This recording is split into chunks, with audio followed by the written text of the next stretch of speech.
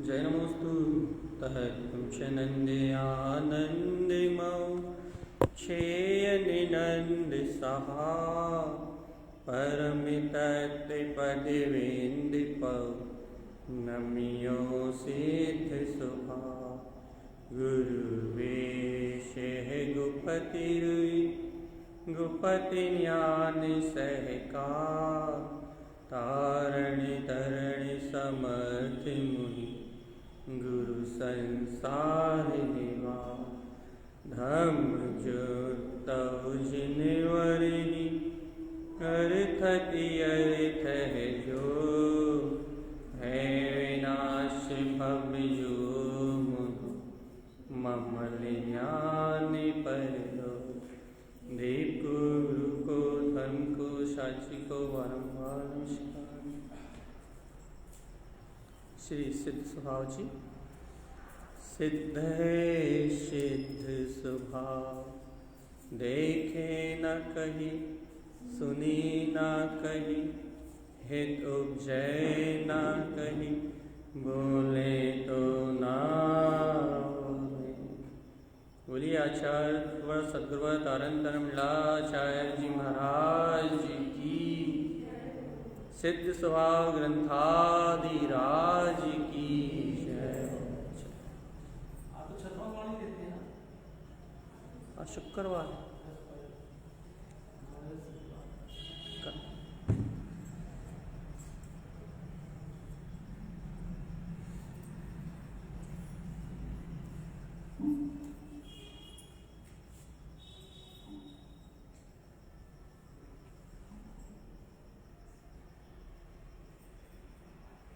अपना विषय चल रहा है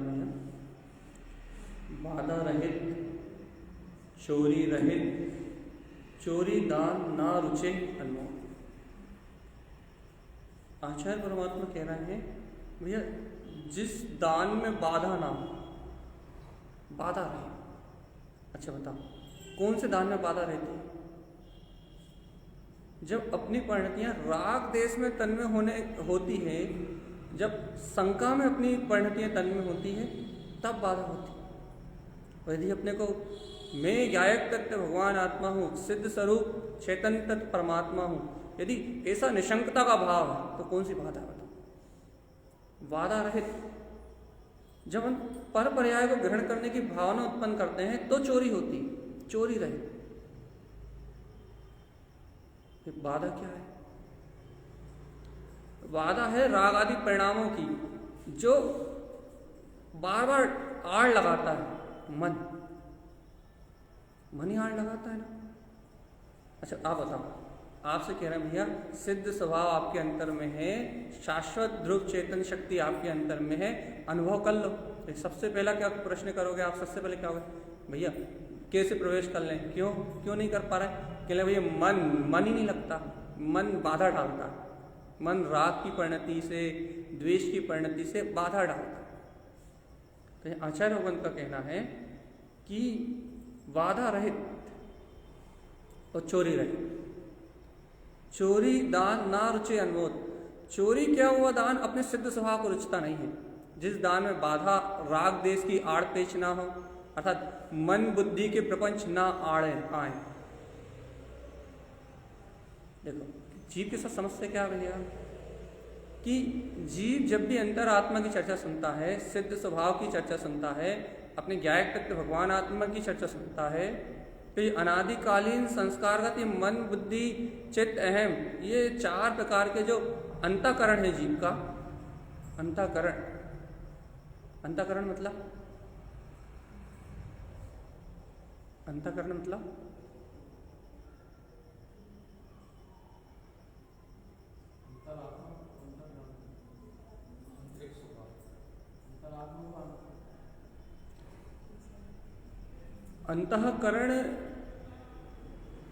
देखो आप जहां से कह रहे हो वो अंतःकरण की जिसकी बात आप कर रहे हो वो से कहते हैं चतुष्टय, अनंत दर्शन, अनंत ज्ञान, अनंत सुख, अनंत वीर, जो ज्ञायक तत्व आत्मा का स्वभाव।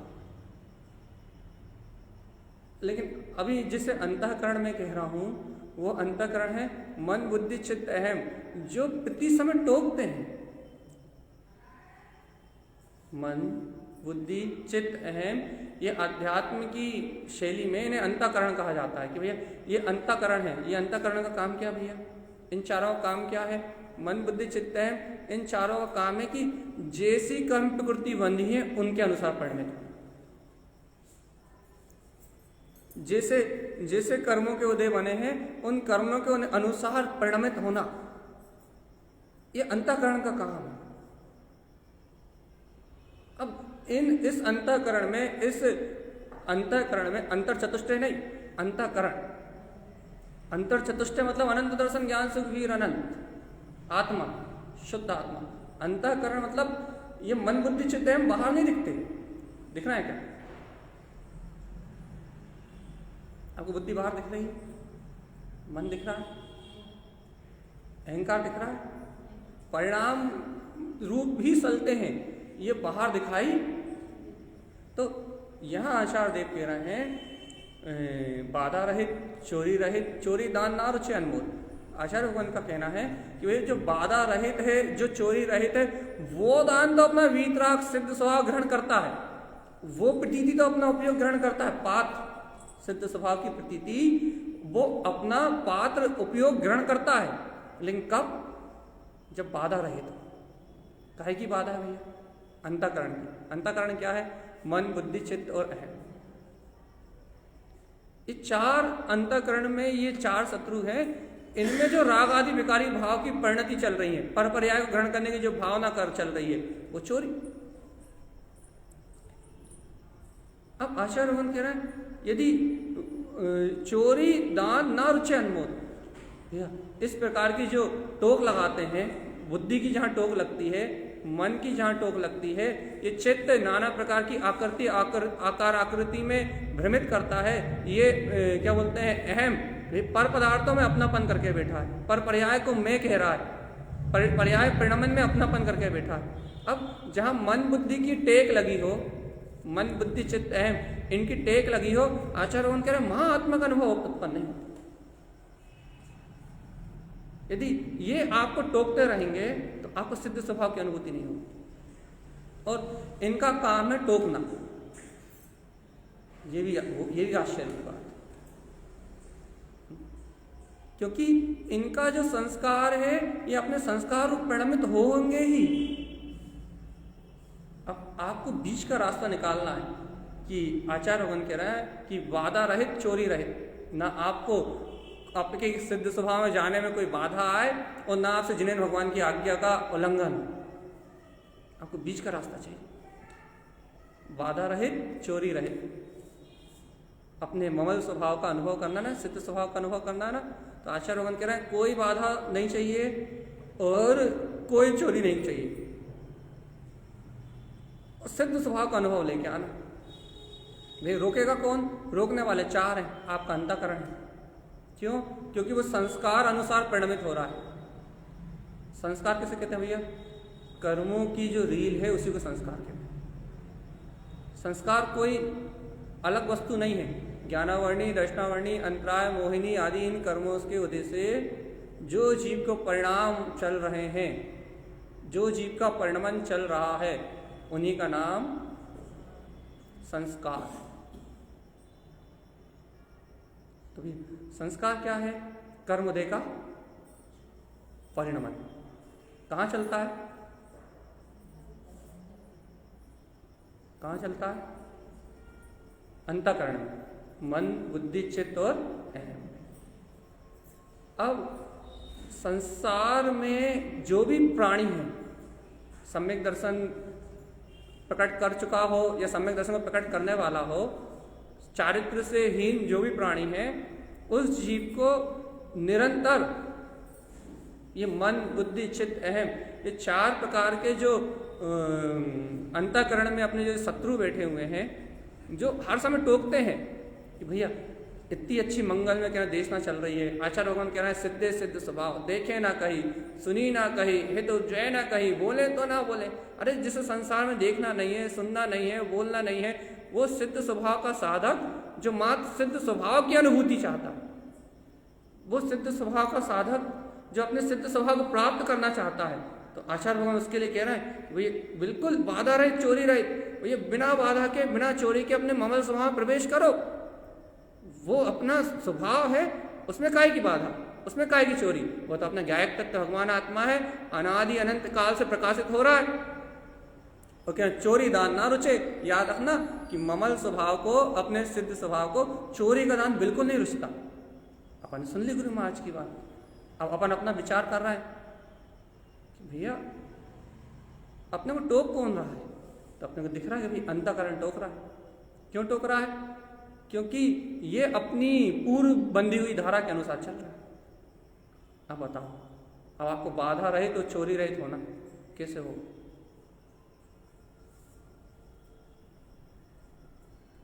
टोकने वाले चार हैं,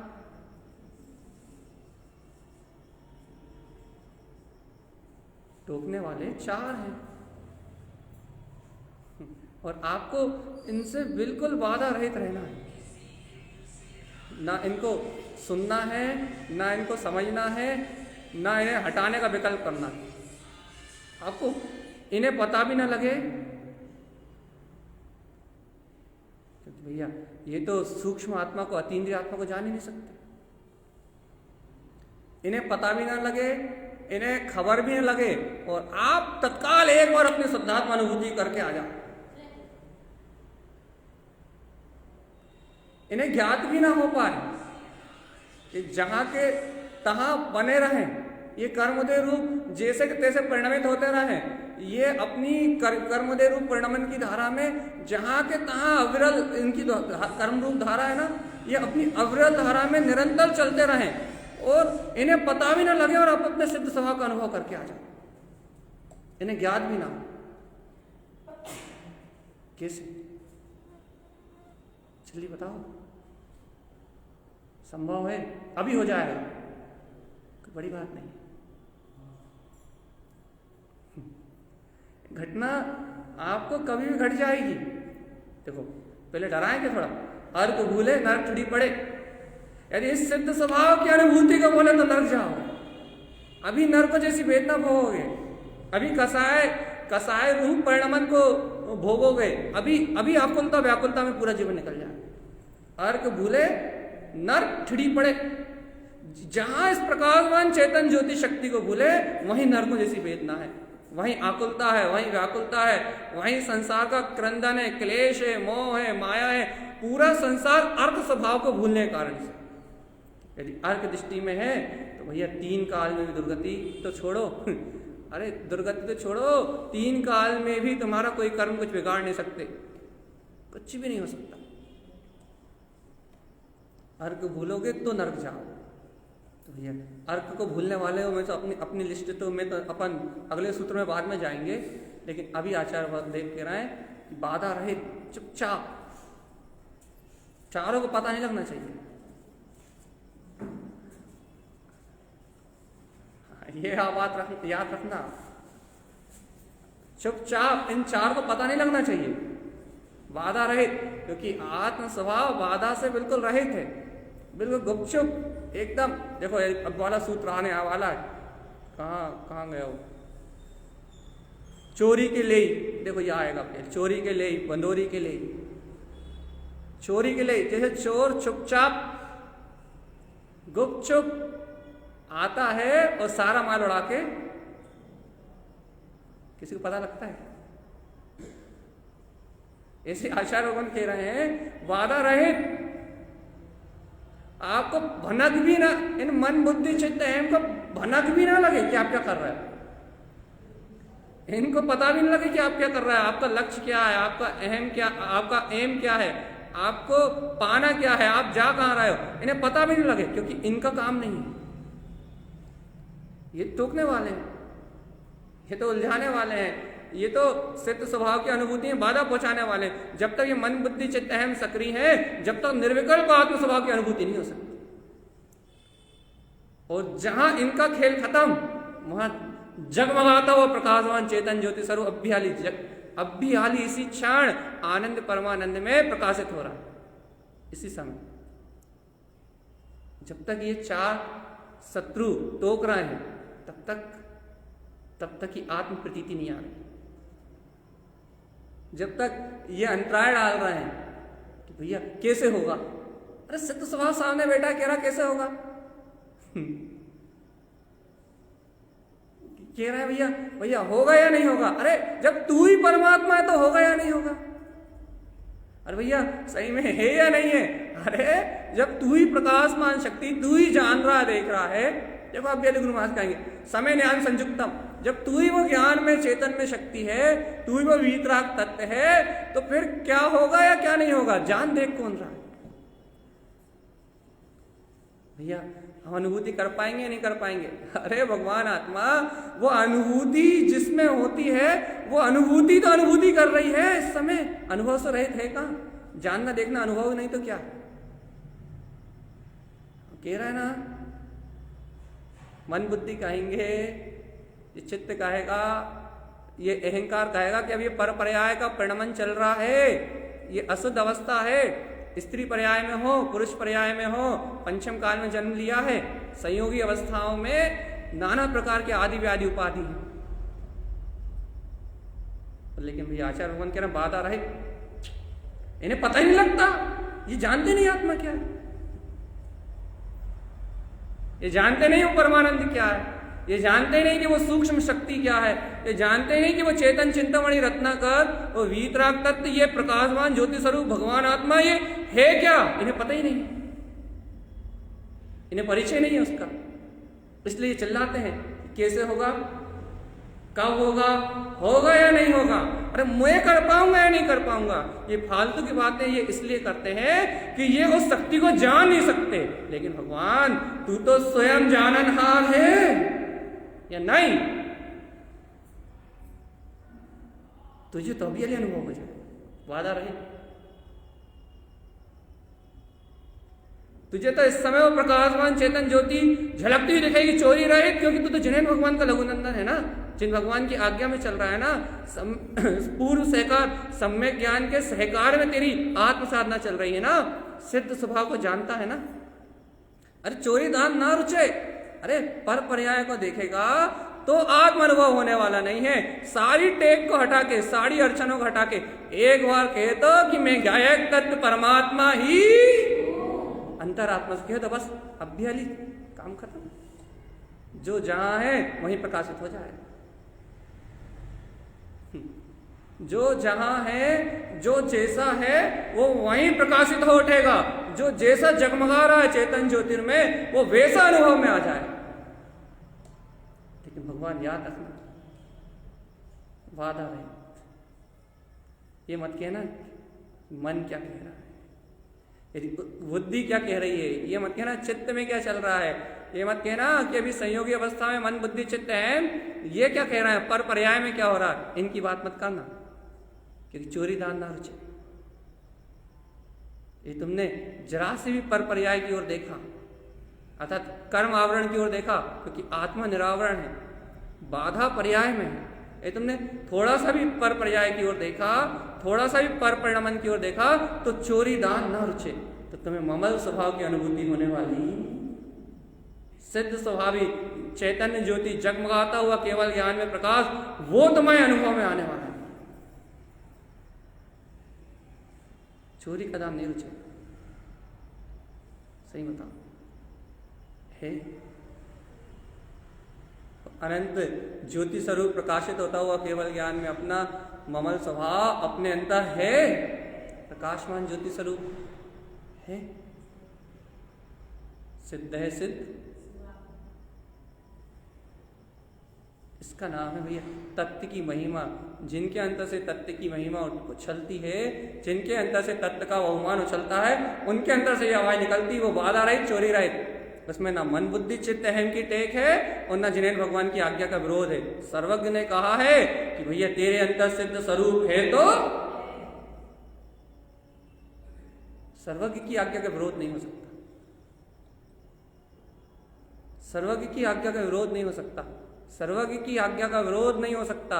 और जो जिस जीव की परिणति सर्वज्ञ की आज्ञा का विरोध करती है, सर्वज्ञ परमात्मा के वचनों का विरोध करती है, चोरी दान ना रुचे, उसे कभी 3 काल में भी आत्म तत्व की अनुभूति होने वाली हो ही नहीं सकती। सर्वज्ञ के वचनों का विरोध करेगा, सर्वज्ञ की वाणी का विरोध करेगा, उसे आत्म अनुभूति कैसे हो? चोरी दान ना रुचे अनमोल, चोरी क्या हुआ, दान नहीं रुचता। अपना स्वभाव ममल है और आप पर पर्याय को लेके खड़े हो जाओ तो ममल स्वभाव थोड़ी लेगा, सीधी बात है। अपना अरूपी स्वभाव है, आप रूपी पदार्थों को लेके खड़े हो जाओ तो ज्ञायक तत्व थोड़ी स्वीकार करें।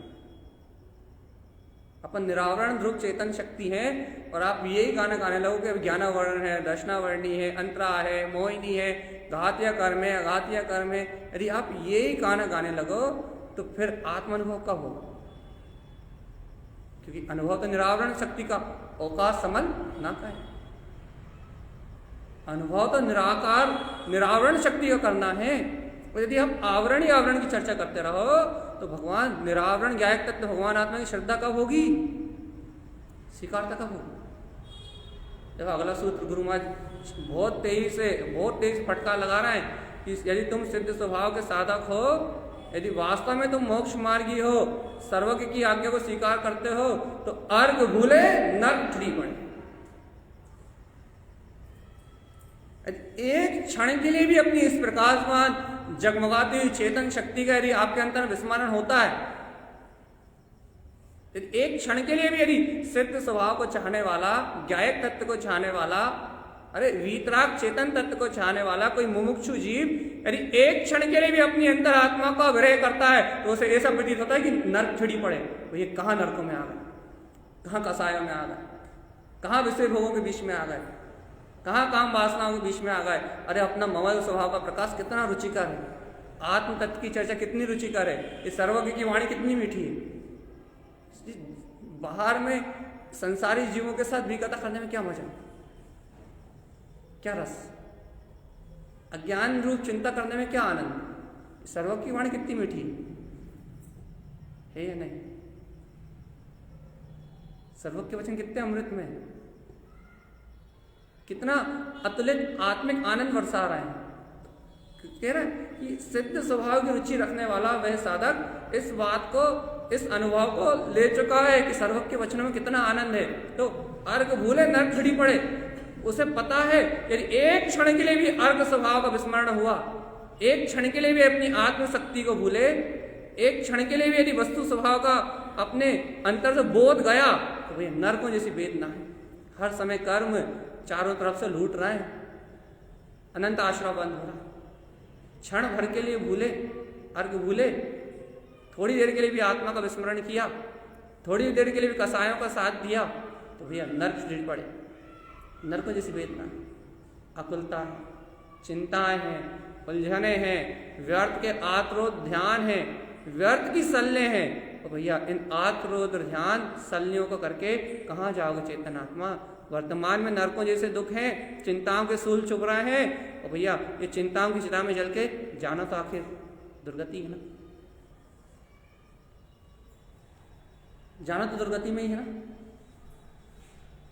यदि अर्घ भूले और नर्क छिड़ी पड़े, अर्घ स्वभाव अपनी प्रकाशमान आत्म ज्योति को भूले और तत्काल नर्क छिड़ी पड़े, कोई अंतराय नहीं। अगला सूत्र ले रहा है, बहुत अच्छा सूत्र है। अच्छा भगवान कह रहे हैं चोरी विरोध चोर, विश्वास चोर, लब्धि चोर, अनमोद चोर और अध दुर्बुद्धि चोर। कितने प्रकार के चोर हैं गिनो जरा? 5 प्रकार के, 1 2 3 4 5 प्रकार के चोरों की चर्चा कर रहे हैं। पहला चोर कौन है भैया? चोरी विरोध चोर। एक चोर तो वो है कि सीधी जैन भगवान के वचनों की चोरी करता, सीधे जैन भगवान के वचनों का विरोध करता, मानता ही नहीं सर्व भगवान की वाणी को। वो तो कहता है जो हम कर रहे हैं वो, क्या हम कम ज्ञानी हैं? क्या हमने कम शास्त्र पढ़े हैं? क्या हमें कम ज्ञान है? वो सीधा सर्वज्ञ की वाणी का विरोध ही करता है। तो क्या ना भाई, चोरी विरोध चोर, वो तो भैया वो तो ऐसा चोर है, वो ऐसा चोर है, वो तो जिनेन्द्र भगवान की सत्य यथार्थ बात को, वीतरागता की आत्म आराधना की बात को वो सीधा ही विरोध करता है, वो तो मानते ही नहीं। लेकिन दूसरा कौन सा? विश्वास चोर, जो कहता है तो है सर्वज्ञ की वाणी सत्य है, लेकिन उसका विश्वास अपन कौन से वाले हैं?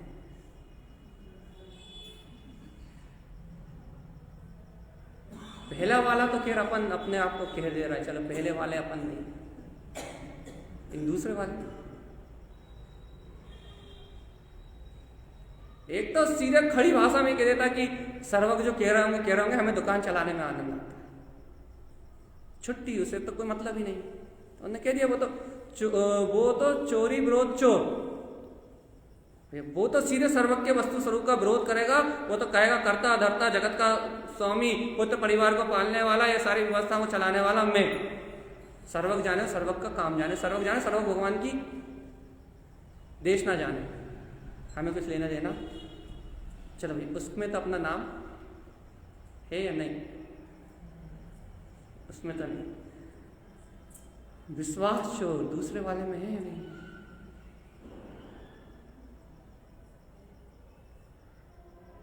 सर्वज्ञ की वाणी का विश्वास होता नहीं होता?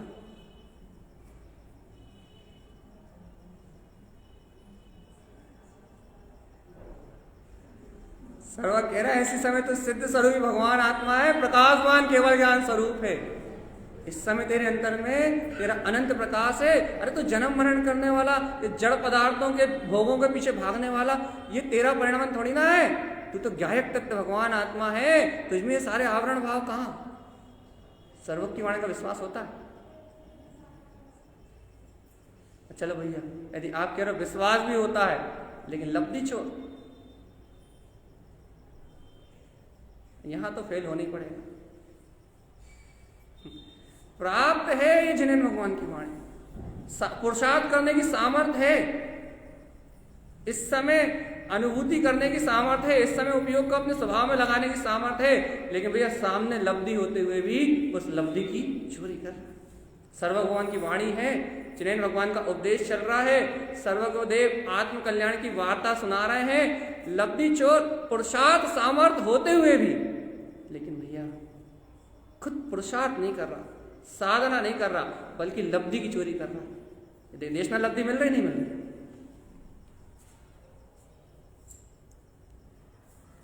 होनहार नहीं होती तो तत्व देश में मिलती, सर्वज्ञ के वचन मिलते, जिनको मिलता कुछ ना कुछ तो विशेषता है भैया।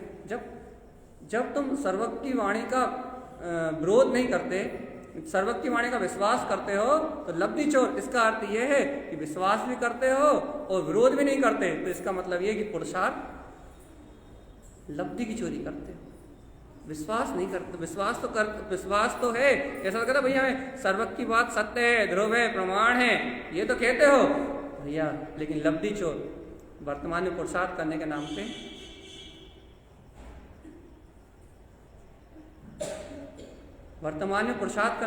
पे गायब। कितने चोर हो गए? अपन कौन कौन से वाले?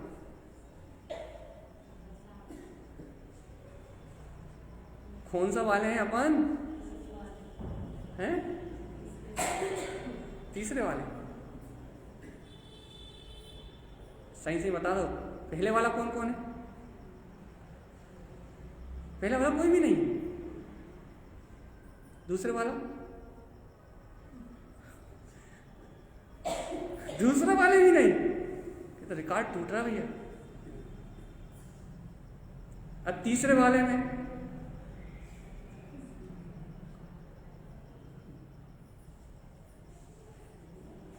और चोर होने के बाद भी चोरी स्वीकार नहीं हो रही क्या? देखो, अच्छा चौथे चोर की चर्चा और सुना दे रहा है। आचार्य भगवान कह रहे हैं अनमोद चोर। भैया यदि लब्धि प्राप्त हो भी जाए यदि हाँ पुरुषार्थ करने की भावना भी करे कि हाँ मुझे पुरुषार्थ करना है, मुझे पुरुषार्थ करना है, मुझे पुरुषार्थ करना है, मुझे मोक्ष मार्ग में आगे बढ़ना है, भावना भी भाई, लेकिन अनमोद चोर। लेकिन भैया अनुमोदना नहीं करता सिद्ध स्वभाव की, अनुमोदना में ढील डाल करता है। देख लो भगवान जी, यदि पुरुषार्थ करने की भावना बन भी जाए, पुरुषार्थ करने की रुचि आ भी जाए कि भैया हाँ अब तो रुचि लग गई, अब तो पुरुषार्थ करना ही है, लेकिन भैया लेकिन फिर ऐसे भगवंतों की वाणी फिर रही है, ऐसे बीतरागी भगवंतों का पुरुषार्थ देख रहे हो, अरिहंत सिद्धों को अपने केवल ज्ञान का शोर उछालते हुए देख रहे हो, और तुम्हारे अंतर में वो वीतराग तत्व है, ऐसा प्रकाशवान स्वभाव है, उसकी अनुमोदना नहीं करता, उसकी नजदीकी नहीं बढ़ाता, उसकी रमणता का भाव प्रकट नहीं करता। अनमोद चोर, अनुमोदना की चोरी करता है, अनुमोदना नहीं करना चाहता अपने सिद्ध स्वभाव की, संसार की करना चाहता है, विषय भोग की करना चाहता है, कसायों की करना चाहता है, लेकिन अपने ज्ञायक तत्व भगवान आत्मा की अनुमोदना। कौन से चोर? अनुमोद चोर। अनुमोदना बहुत गहरी होती है।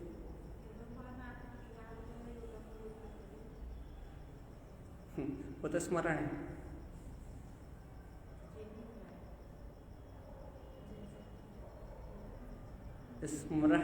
स्मरण अनुमोदना है, बहुत अंतर है। आज बता रहे हैं क्या अंतर है। एक चोर की ओर चर्चा कर लें। अध दुर्बुद्धि चोर, अरे भैया मान लो अनुमोदना भी कर ले, सारी लब्धियां सारे संयोग मिल भी जाए, लेकिन अध दुर्बुद्धि चोर विषय भोगों में जो बुद्धि रंजायमान करती है, पाप विषय कसाय में जो बुद्धि रत रखती है, उस पाप विषय कसाय की बुद्धि को नहीं छोड़ती। बुद्धि कहेगी मैं कहीं करना है तो करना है, बुद्धि कहेगी कि विषय भोग, काम, वासनाएं, इच्छाएं, ये पाप विषय कसाय की अध दुर्बुद्धि चोर अपनी बुद्धि को नहीं छोड़ेगा, कर्तव्य बुद्धि को नहीं छोड़ेगा, पाप विषय कसाय की बुद्धि नहीं छोड़ेगा, लगा रहेगा बुद्धि की छीला छाली में, लगा रहेगा बुद्धि को ही पुष्ट करने में। जिन संस्कारों से बुद्धि पुष्ट होती है, अपना अहम बढ़ता है, बस उन संस्कारों में लगा रहेगा। अध दुर्बुद्धि चोर। ये 5 प्रकार के चोर कह दिए। अब पहले ये बता दो अपन पांचों में से कौन से?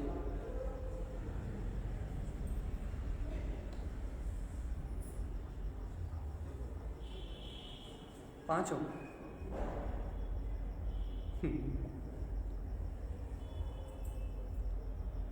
वही जो अब भी आए उन्हें समझ में नहीं आएगी शायद, इसलिए उनके लिए पूर्व सूत्र से वापस यहाँ जा रहा है। आचार्य भगवान कह रहे हैं अर्घ भूले नर्क ठुड़ी पड़े। एक क्षण के लिए भी अपने प्रकाशमान स्वभाव को भूले तो नर्क जैसी वेदना भोगनी पड़ेगी, जन्म मरण की वेदना भोगनी पड़ेगी। अरे जन्म मरण की वेदना तो बाद में छोड़ो, अभी भाव मरण की वेदना भोगनी पड़ेगी। कसायों का जो अंतर में कसाय परिणति चल रही है, जो चिंताएं चल रही है, शल्यों के सूल चल रहे हैं, उस वेदना को भोगना पड़ेगा आपको। क्योंकि भैया यदि ज्ञायक भगवान आत्मा को भूले तो कसाय परिणति, शुभ कसाय परिणति, अशुभ कसाय परिणति में तो फूल हो गई ना। यदि ज्ञायक तत्व भगवान आत्मा को भूले तो फिर कसाय में तो रमे हो। और भैया आचार्य भगवान कह रहे कसाय में रमे हो तो अर्घ भूले हो, मतलब अपने ज्ञायक तत्व का विस्मरण करे हो तो नर्क फ्री पड़े। वर्तमान में चिंताएं, आकुलताएं, इन कर्तव्य भोक्तत्व के संस्कारों में आप डूबे हो। यदि अर्घ भूले हो तो नर्क जाएंगे, वो बात की बात, लेकिन वर्तमान में ही ऐसा किसको अनुभव होता भैया? इस तत्व की प्रीति होती है, और जो तत्व से बहवान है उसे तो संसारी अर्क लग रहा है। अर्क मतलब होता है सार, संसार में लाभ दिखाई दे रहा है, संसार की वस्तुएं इष्ट दिखाई दे रही हैं, पुत्र परिवार ही इष्ट दिखाई दे रहा है, पुत्र परिवार में ही पुत्र परिवार संयोगी जो भाव चल रहा है, मकान बन गया, दुकान अच्छी चल रही है, पुत्र परिवार में पालन पोषण अच्छा चल रहा है, शारीरिक इंद्रिय विषय भोगी जितनी पूर्ति हो रही है वो तो उसी में संतुष्ट है। तो भैया जो शारीरिक इंद्रिय मानसिक भोगों की संतुष्टि में संतुष्ट है उनकी तो चर्चा है ही। क्यों? क्योंकि जिन्हें अर्क का पता नहीं वो तो नर्क में ही जिन्हें अपनी अर्क प्रकाशमान ज्योति स्वरूप अपनी आत्म चेतन शक्ति का बोध नहीं, वो तो वर्तमान में नर्क में ही, उन्हें तो अर्क से कुछ लेना देना। लेकिन जिन्हें आत्म स्वभाव का भान है, जो आत्म स्वभाव का परिचय कर चुके हैं, जो सर्वज्ञ की वाणी में सत्य रहस्य को जान चुके हैं, उन ज्ञानी साधकों को महसूस होता है भैया यदि हमने अपनी आत्मा का विस्मरण खो दिया, मतलब वर्तमान में हमने नरकों की वेदना में कदम रख दिया। यदि हम अपन ने अपने ज्ञायक तत्व भगवान आत्मा का विश्वास खो दिया, मतलब वर्तमान में अपन ने नर्क में कदम रख दिया। नर्क में ये कसाय परिणाम, ये राग देश की परिणतियां, ये मोह आदि के संस्कार, ये नरकों की तमतमा भूमि नहीं तो क्या है। जैसे नरकों में असुर मार काट करते हैं, वैसे ही कसाय क्या करती है अंदर, आत्मा के साथ मार काट के अलावा हो क्या रहा। छल, मायाचारी, झूठ, हिंसा, क्रोध, ये हो क्या रहा है। क्यों हो रहा है? क्योंकि आत्म स्वभाव का अनादिकाल से विस्मरण। तो जो आत्मबोध को पाते हैं उस साधक को तुरंत महसूस होता है क्या, अरे भैया एक क्षण के लिए अपनी आत्मा को भूले, एक क्षण के लिए अपने वीतराग तत्व का स्मरण भूले, एक क्षण के लिए अपनी जिनेन भगवान सर्व भगवान ने जो वाणी कही थी उस वस्तु स्वरूप के स्मरण को भूले, थोड़ी देर के लिए अजीब भूल जाता है। भैया श्रावक के आत्म साधना कर रहा है और थोड़ी देर के लिए आत्मा को भूला, तो भैया उसे जैसे ही सुरत आए, जैसे ही स्मरण आया, उसे पता लगता भैया अरे आत्मा को भूल गए, देखो नरकों की वेदना में आ गए। आत्मा का विस्मरण हो गया, देखो इसलिए इतने दिनों तक दुख भोग लिए। देखो आत्मा का विस्मरण हो गया, इसलिए इतना काल अंतराल का निकल गया। 1 घंटे से भैया व्यसनों में लगे थे, चिंताओं में लगे थे, सले में लगे थे। क्यों? वस्तु स्वरूप को भूल गए थे, अर्क को भूले थे, इसलिए वो नरक की वेदना, आकुलता की वेदना, चिंता की वेदना सहन करी। यदि अर्क याद रहता तो, ज्ञान स्वभाव का स्मरण रहता तो, सर्वज्ञ की वाणी का स्मरण रहता तो क्या वो वेदना हो सकती थी? प्रकाशमान शक्ति का बोध रहता तो क्या वो दुख हो सकता था? जिनेंद्र की वाणी का बोध होता तो क्या वो आकुलता आप भोग सकते थे? नहीं भोग सकते थे ना, एक क्षण के लिए नहीं भोग सकते थे ना। अर्थात अपने स्वभाव के स्मरण को भूले, अपने स्वभाव का विस्मरण करा, इसलिए सारी आकुलताओं का अंबार लगा, सारी चिंता इसलिए उत्पन्न हुई कि आपने ज्ञायक तत्व का विस्मरण करके बैठ गए। तो आचार्य भगवान ने कहा है सिद्ध स्वभाव को चाहने वाला जो साधक है, मुक्ति को चाहने वाला जो साधक है, उसे महसूस होता है, ये अंतर से ही बोध आता है भैया हम अपने प्रकाशवान स्वभाव को भूले, नरक छिड़ी पड़े, हमने नरकों की वेदना को सहन किया। और जैसे याद आया फिर क्या है, रली आनंद दे, अपने आत्मा का आनंद प्रारंभ। जहां सुरति आई कि मैं गायक तत्व भगवान आत्मा हूं, उसी समय क्या सारी चिंताएं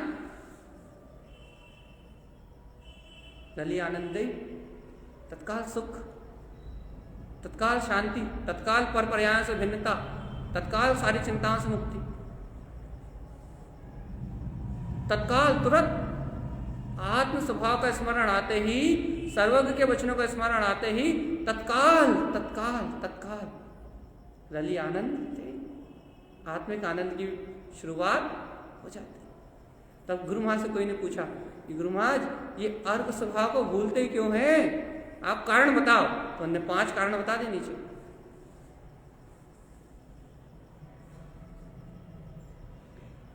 गुरु महाराज हम तो याद तो बहुत रखना चाहते हैं, कौन चाहता आत्मा का विस्मरण करना। गुरु महाराज अब तो प्रवचन सभा में लोग बैठते हैं तो भैया लोग बाग यही कहते हैं भैया याद तो हम रखना चाहते हैं, हम तो आत्मा की स्मृति रखना चाहते हैं, हम तो जिनेंद्रों की बात स्वीकार करना चाहते हैं। भैया कहाँ जाना है? कहना भैया हम तो मोक्ष जाना चाहते हैं, कहना हम भूलना कहाँ चाहते हैं। अब कोई जिद्दी व्यक्ति पूछ बैठा गुरु महाराज से, गुरु चाहते तो हम हैं, कोई तार्किक होगा बौद्धिक वाला। तो गुरु महाराज ने कहा अच्छा कैसे चाहते हो? चोरी विरोध चोर, सर्वज्ञ की वाणी का करते हो विरोध, सर्वज्ञ के सिद्धांतों का करते हो विरोध, वस्तु स्वरूप का करते हो विरोध, चोरी विरोध चोर, उनकी वाणी को देते नहीं हो हृदय में स्थान, और कहते हो कि हमें कहाँ जाना है। कर रहा सर्वज्ञ के वचनों की चोरी और कह रहा कहाँ जाना है। हम ज्ञायक तत्व को भूलना चाहते कहाँ है। अरे भगवान, तुम सर्वज्ञ के वचनों को स्वीकार कर रहा है कि तुम्हें ज्ञायक तत्व भगवान आत्मा अनुभव में आएगा। तुम सर्वज्ञ के उन शुद्ध वचनों को अपने हृदय में स्थान देकर है कि मैं ज्ञाता तत्व भगवान आत्मा हूं, कि तुम्हें उसकी प्रतीति आएगी। तुम सर्वज्ञ की उस वाणी को स्थान देकर है। तुम तो सर्वज्ञ की वाणी को स्थान देने की जगह तुम्हें तो क्षयोत्सम अपनी बुद्धि का रस है, तुम्हें तो विकल्पों का रस है, तुम्हें तो पुत्र परिवार का रस है। तुम तो सर्वज्ञ की वाणी का लोभ कर रहे हो, चोरी विरोध चोर, बल्कि विरोध कर रहे हो, सिद्धांतों का विरोध कर रहे हो। देखो एक अच्छा समाधान कौन से प्रश्न का चल रहा है, बताओ कौन से प्रश्न का समाधान चल रहा है।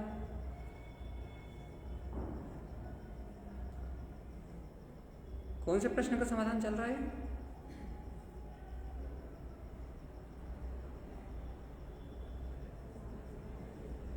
थोड़ी सी जोर से बोलो, यहाँ तक आवाज आ रही है। आप सूत्र सही बोल रहे हो, लेकिन समाधान हाँ।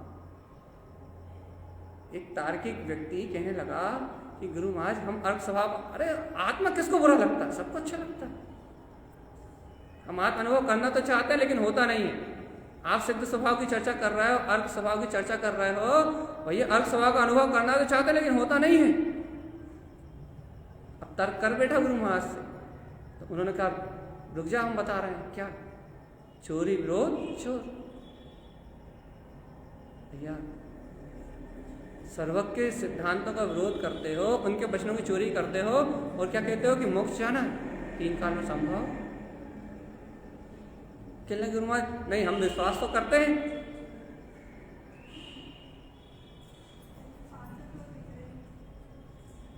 पांचों दिख रहा है।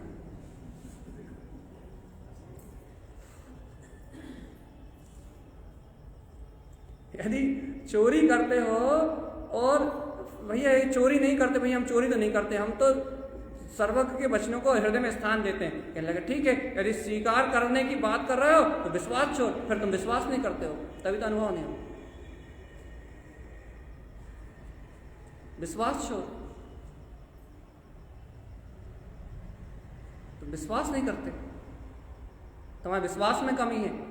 तुम विश्वास नहीं दे पा रहे अपनी चेतन में शक्ति को, अपनी प्रकाशमान जो अंतर में प्रकाशित होता हुआ अपना वीतराग स्वरूप है, तुम इसे विश्वास नहीं कर पा रहे। कहने लगे नहीं गुरु महाराज विश्वास भी है। कहने लगे फिर लब्धि छोड़, पक्का पुरुषार्थ में कमी।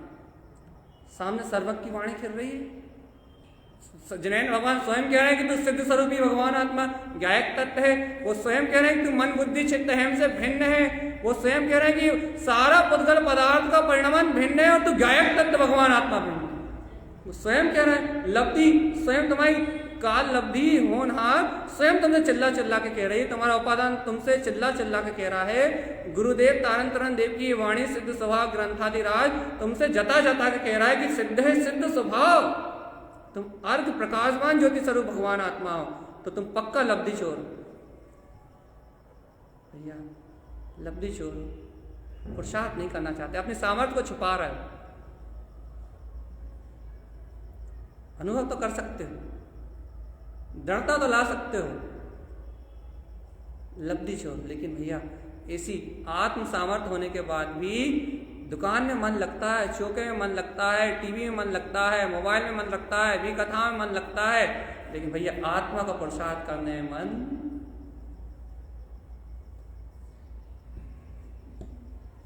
सही सही बताता। अच्छा सब जगह लगता है लेकिन आत्म पुरुषार्थ करने में मन, चलो भैया देखो हम तो बोल के आगे निकल जा रहे हैं। गुरु महाराज कह रहे हैं लब्धि चोर, उसके बाद अनमोद चोर। अनमोद ना नहीं करते भैया। अरे ऐसे ज्ञायक तत्व की चर्चा सुन के, ऐसे ज्ञायक तत्व भगवान आत्मा की चर्चा सुन के भी तुम्हें धन्य धन्य भाव अंतर से नहीं आता। इस सर्वज्ञ की वाणी सुन के भी तुम्हें धन्य धन्य भाव नहीं आता कि सर्वज्ञ बता गए वीतराग शक्ति को, अहो ये रमण करने योग्य तत्व है। अरे आत्मा की चर्चा श्रवण करने के लिए नहीं, रमण करने के लिए। श्रवण करने का विषय थोड़ी ना है, रमण करने का विषय। जैन भगवान की वाणी कानों से श्रवण करने के लिए नहीं है, तत्व का चिंतन करने के लिए, मंथन करने के लिए। 14 ब्रह्मांड का सार है आत्मरमणता। आत्मरमणता के अलावा कर्मों की निचरा करने वाला और कोई पुरुषार्थ जानते हो, सुनते हो, समझते हो, लेकिन भगवान आत्मा अनमोद चोर, अनबोधना। हमें तो रमण को देखा होता, अनबोधना आनंद में चेहरा 24 घंटे नमकता रहा है, जैसे हम कभी चिंता नहीं करते। तो 100% आपकी रमणता इस भूमि का। और एक समय भी यदि सल्ला आई, एक समय भी चेहरा मुरझाया, चाहे 104 हो, चाहे 102 हो, और चाहे बाहर में पूरी परिस्थिति उल्टी हो, लेकिन यदि 1 सेकंड के लिए भी सल्ला आई, 1 सेकंड के लिए, तो नहीं मानते। अनमोद चोर, अनमोद चोर। और फिर कह रहा है भैया, यदि इन सबसे यदि आगे बढ़े तो ये जो दुर्बुद्धि है ना, पाप बुद्धि, यहां तो हम भी फेल होते हैं। अध दुर्बुद्धि चोर, तो ये दुर्बुद्धि कर्तव्य भोक्तत्व के संस्कार में, मन वचन काय में, अशुभ परिणतियों में, पाप आदि कसायों में लीन कर देती है। जिद करके बैठ जाती है कि हमें ये करना ही है। पता है गलत है, जानते हैं कि नहीं करना चाहिए, लेकिन अध दुर्बुद्धि चोर, ये बुद्धि लगी जाती है, वहां लगती है, इस काम को करना वहां लेके जाती है, मानती नहीं। क्या करो? तो गुरु महाराज कह रहे हैं ये 5 जब तक चोर बैठे हैं तब तक बाधा है। अगला सूत्र पता है? उत्पन्नी दाता देई गुण दिखावे। इसका अर्थ क्या वो बताएगा कोई? उत्पन्नी दाता देई गुण दिखावे। तो 5 चोरों की चर्चा करने के बाद आचार्य भगवान ने कहा है कि हे भव्य आत्मा, एक बार सम्यक का पुरुषार्थ उछालो तो, यदि गुण नहीं दिखे तो बोलना। एक बार तत्व की श्रद्धा उछालो तो। अरे इन चोरों की चर्चा में कहाँ लगे हो? अपना निरंजन वीतराग तत्व भगवान अपना अपने अंतर में है। उत्पन्नी दाता देई, एक बार सम्यक पूर्वक आत्म स्वभाव का पुरुषार्थ उछालो तो गुण दिखावे। अनंत दर्शन ज्ञान सुखवीर तुम्हें जगमगाता हुआ अपने अंतर हृदय में ही दिखाई देगा। कोई अंतराय आने वाला, सम्यक का पुरुषार्थ, सम्यक का वीर, सम्यक रूप जो अपना रत्न है, ऐसे सम्यक की ज्ञान में चेतन शक्ति को उछालो तो उत्पन्नी दाता दे गुण दिखावे। अरे दाता तो देने तैयार बैठा है, तुम सम्यक का पुरुषार्थ उछालो तो अनंत गुणों की संपदा अपने आप ही, सम्यक दर्शन ज्ञान चारित्र अपने आप ही दिखाई देने। लेकिन चोरी मत करना। लेकिन सम्यक पूर्वक, श्रद्धा पूर्वक सर्वज्ञ की वाणी को स्वीकार करके उछाल तो लगा ना, छलांग तो लगा। कम से कम अंतर आत्मा के अनुभव करने के लिए तैयार तो हो। गुण तो दिखेंगे ही। अरे ज्ञान मेरा अपना है, दर्शन मेरा अपना है, सुख मेरा अपना है, अनंत चेतन संपदा, अनंत वीतराग प्रकाश, ये तीनों लोगों का नाथ, जिनेन्द्र सम वीतराग स्वभाव, ये मेरा अपना है। अरे अपने गुण अपने को नहीं दिखेंगे तो किसी दूसरे को दिखेंगे क्या? अपनी आत्मशक्ति अपने दर्शन में नहीं आएगी। अपनी बात, सर्वज्ञ देव जो कह रहे हैं, अपनी बात, अपने गुण अपने को स्वीकारता में नहीं आएंगे तो क्या पड़ोसी को आएंगे? अपना आनंद अपन नहीं देख पाएंगे तो क्या कोई दूसरा देखेगा? विश्वास तो करो भगवान आत्मा, विश्वास की चोरी मत करो। अनबोधना करो, अनबोधना की चोरी मत करो। अरे पुरुषार्थ करने की ताकत है तो लब्धि की चोरी मत करो। करो तत्व चिंतन, करो आत्म मंथन, खोलो जिन्हें भगवान के सूत्र, इन सूत्रों को अपने चिंतन का विषय बनाओ। कैसे सिद्ध स्वभाव की अनुभूति नहीं होती? कैसे ज्ञायक तत्व भगवान आत्मा दिखाई नहीं देता? कैसे सर्व भगवान के वचन अंतर में जगमगाते हुए नहीं दिखाई देते? कैसे कैसे गुरुदेव की वाणी अमृत में देशना तुम्हारे हृदय को सराबोर नहीं करती? कैसे नहीं करेगी? कैसे नहीं करेगी? अरे गुरुदेव के वचन है, सर्वज्ञ का आशीर्वाद है। यदि उन्हें अपना वीतरागी भावलिंगी संत को, यदि आचार्य तरन तरन देव को अपना गुरु स्वीकार किया है तो गुण तो दिखेंगे। श्रद्धा पूर्वक आत्म तत्व का प्रसाद उछालो, सम्यक का प्रसाद उछालो, आपको आपके गुण तो दिखेंगे। बिना दिखे रहने वाले, देने वाला तो दाता है, लेकिन सम्यक की श्रद्धा, अपनी आत्म श्रद्धा को, अपनी आत्म श्रद्धा जो मात्र वीतरागता की होती है और किसी की नहीं, अपनी आत्म श्रद्धा जो मात्र वीतरागता की होती है, ऐसी वीतरागता को ग्रहण करने वाली श्रद्धा को उछालो तो जिसमें राग का अंश ना हो। यदि भैया श्रद्धा यदि राग की होगी तो मिथ्या श्रद्धा हो जाए, राग पक्ष हो जाए। इसलिए राग पक्ष छोड़ो, श्रद्धा मात्र वीतराग की होती है। आप हृदय से उत्पन्न दाता दे, एक बार सम्यक का शुद्ध प्रसाद उछालो तो गुण दिखावे। सारे के सारे अनंत प्रकाश ज्योति स्वरूप जितने अनंत अनंत गुण हैं वो सबके सब दिखने लगेंगे। अनंत गुणों की खान है मेरी चेतन शक्ति, इसमें कहाँ कोई कमी? अरे गुरु महाराज का सिद्ध स्वभाव है। आगे के 2 सूत्र और जबरदस्त हैं, सुबह आएंगे, पढ़ दें क्या? चोरी के लिए, बंदोरी के लिए, पनाही के लिए, गाड़ा धरे सो पावे, ठान पावे। और गजब के सूत्र, और गजब का आनंद है। गुरुदेव की अमृत में देशना ऐसी बरस रही है जिसका कोई और छोर नहीं। आप जितना आनंद ले सको, जितनी अनुमोदना कर सको, जितना प्रसाद उछाल सको, जितना रुचि से लवलीन हो सको, सराबोर हो सको, डूब सको, अर्थात श्रद्धा की अपनी ज्ञान की ज्योति जला सको, उतना प्रसाद, उतना अपना है, उतना अपना कल्याण।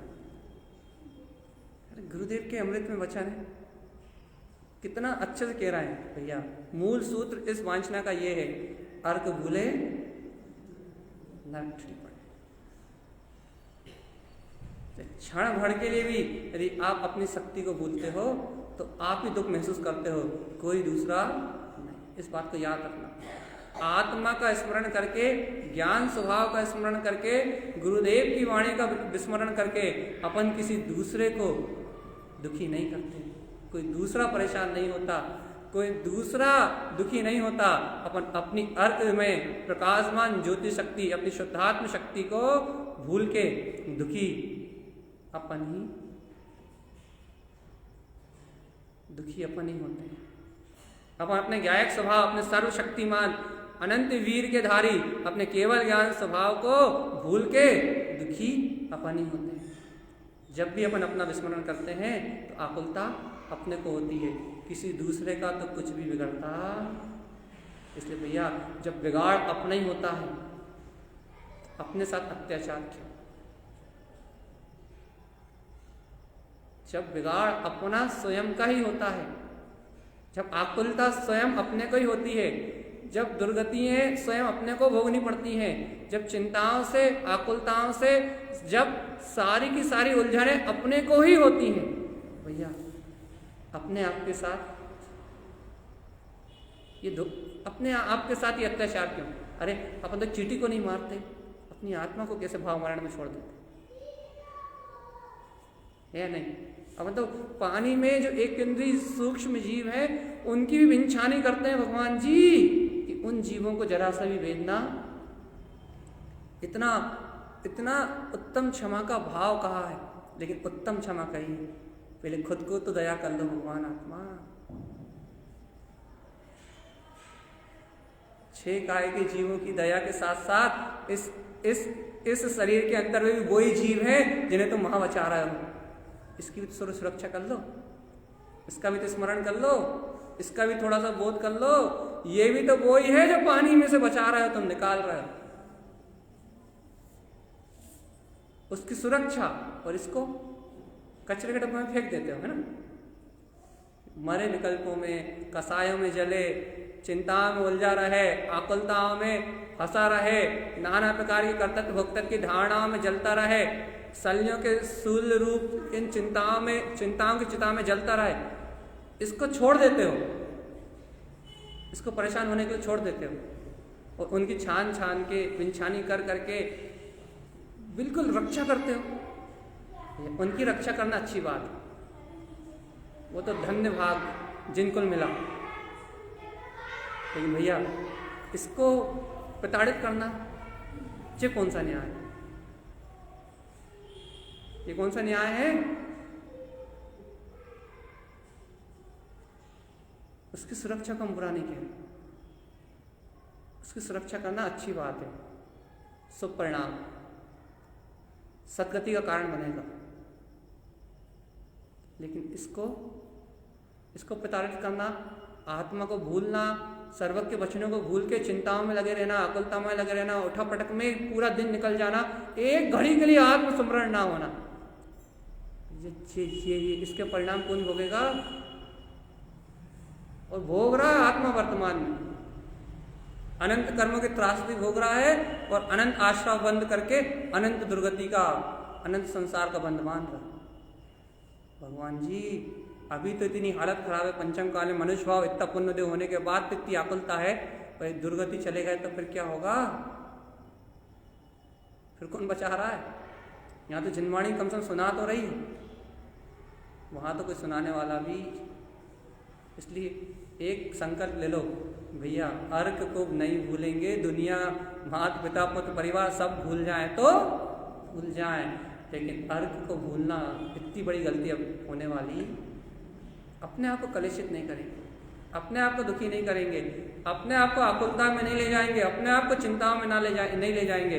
ये जब जो होना है वो निश्चित है। ये वीतराग वाणी है इसलिए कि आप निर्भय रहो, निश्चल रहो और आनंद में रहो। जब जो होना हो ही रहा है तो मैं क्यों कर्ता बन के रहूं? चलिए आनंद देख। एक समय की किसी की परिणति नहीं बदल सकते, एक समय का किसी का विश्वास नहीं ले सकते, एक समय के लिए किसी का विश्वास नहीं जीत सकते, क्योंकि वो क्रमबद्ध धारा में निश्चित है। यदि आप उसे पलटने की कोशिश करोगे तो आपका पूरा चित्त पलट जाएगा। आप अर्क से नरक में पहुंचोगे तो भैया आप नरक में जाओगे तो सामने वाले का कुछ बिगड़ना है। इसलिए भैया अपने अर्क की संभाल रहे, अपने अंतर में चिदानंद रूप ज्योति स्वरूप प्रकाशित होता हुआ अपना केवल ज्ञान में समोषण है, वो केवल ज्ञान में समोषण अपन सबके हृदय को प्रकाशित करे और आचार्य भगवंत की ये वाणी अपने कल्याण में निमित्त बने। इन्हीं मंगल भावनाओं के साथ बोलिए आचार्य प्रवर सद्गुरु आनंद आचार्य जी महाराज की जय हो। जय नमोस्तु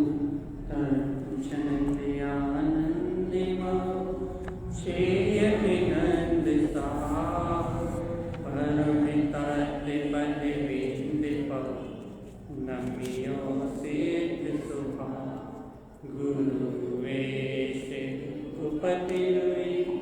गुपति ज्ञान सह